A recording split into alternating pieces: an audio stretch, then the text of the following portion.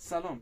امروز میخوام نحوه پیدا کردن فاز و نول ورودی برد رو برای تست بهتون توضیح بدم. با ما همراه باشید. پیدا کردن فاز، ما مولتیمتر رو حالت بیزر میذاریم، یه دونه پراپمون رو فیوز ورودیمون باشه، فیوز شیشه‌مون، یه دونه میذاریم به پای رلمون. خب این میشه فاز ورودیمون.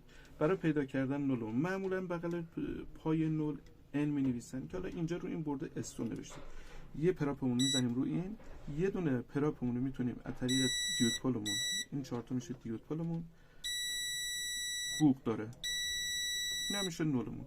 یه طریقه دیگه شون از طریق پیدا کردن خود وریستوره که این میشه وریستورمون. حالا این وریستور تو داخل قابشه که وقتی بزنیم به نول ورودیمون به وریستور راه میده. نه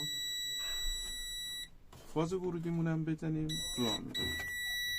اوکی یا علی.